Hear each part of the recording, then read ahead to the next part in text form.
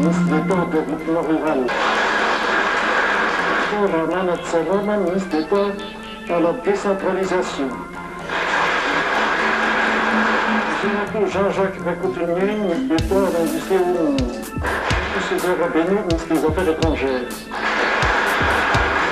Sénateur Armand Raoult-Zalarouvé, garde des Sceaux, ministre de la Justice. Charles Sylvain Raboupoisson, ministre de l'Intérieur. Jean-Marie Henry, ministre de l'Économie et des Finances. Michel Razafindandi Atsimani, ministre de l'Éducation nationale. Jean Ravelmintanga, ministre des Forces armées. Max Désiré Rakoutondi-Atsilab, ministre de l'Équipement.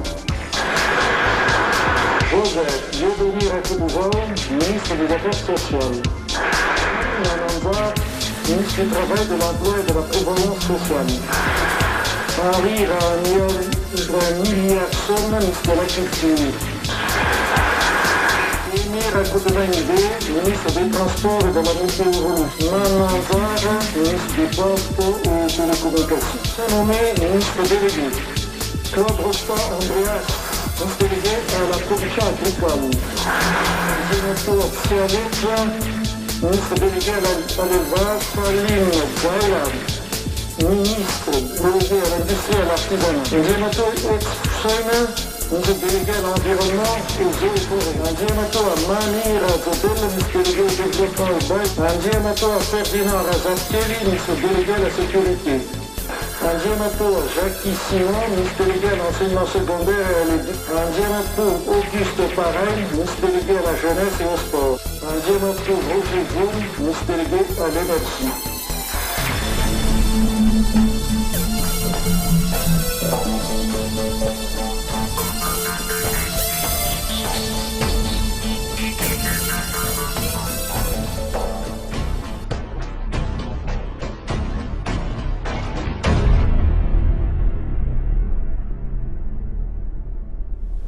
Zao firafitry ny gouvernementa izao no jerena dia hitany songadina avy hatrany fa karazana gouvernement de réconciliation nationale na atao amin'ny ohatra mahazatra atsika moa satria ny frantsay mahazatra atsika ohatran'ny gouvernement de cohabitation milazana azy marina manokana fa tsy misy membre ny bureau politique amin'ny arena na iray azy ireo ministre zao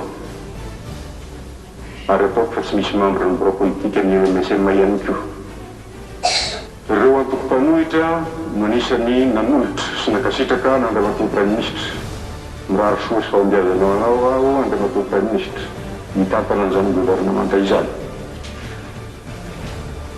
ho anareo rehetra ministre vaovao zay vao nitendena teo mirary soa sy fahombiazana ho anareo zahay anatotosa amin'ny ankalalahana ny andraikitra mavesatra napetraky ny prime ministre taminareo raha napetraky ny firenena aminareo andraikitra lehibe tokoa zany amin'izao andro diavin'ny firenentsika izao andraikitra goavany engene teny malagasy rehetra mahatsapatena hitanindrazana ka mba anampy anareo amin'ny fanatanteranareo ny avidinareo zany ho an'ny soiombonana eto Madagasikara mba ahafahantsika miroso amin'izay ary manohy ny fampandrosoam-pirenena ao anatin'ny demokrasia tanteraka sy fahalalahana tanteraka tsy misy zavatra vita ao anatin'ny motakotaka sy ny mikorobana nangaby anareo aho iray ina amin'izany fampandrosoana ny firenena izany ary hiasa tsara ho an'ny vahoaka satria ny vahoaka no andehanany mahapoty anareo aho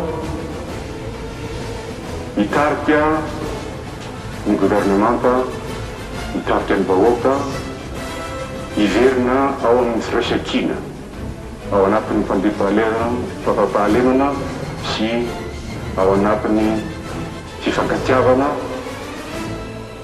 eo amin'ny alalan'ny fihavanana tena malagasy.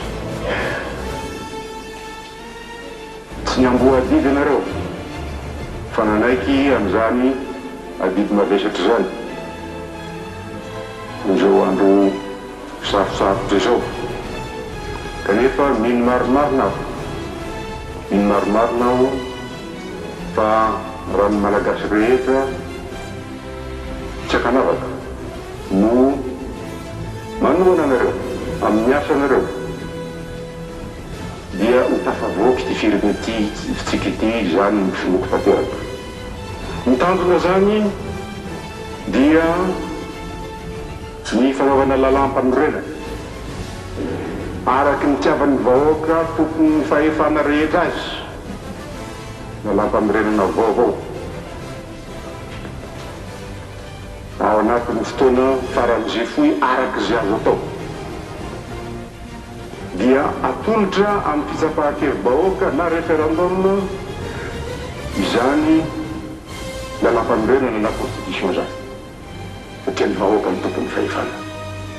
Manaraka zany amolavola code électoral na lalam-pifidiana vaovao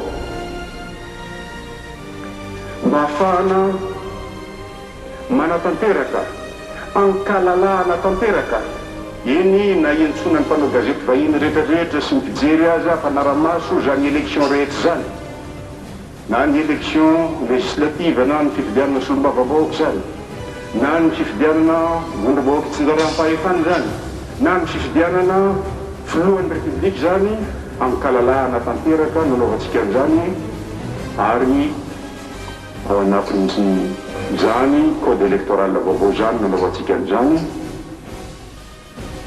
Raha sosa ombiazana ho anareo indray aho olona velona Madagascar tsy mandoana. Ce n'est pas un gouvernement avec M. Ratsirag, c'est un gouvernement dirigé par moi.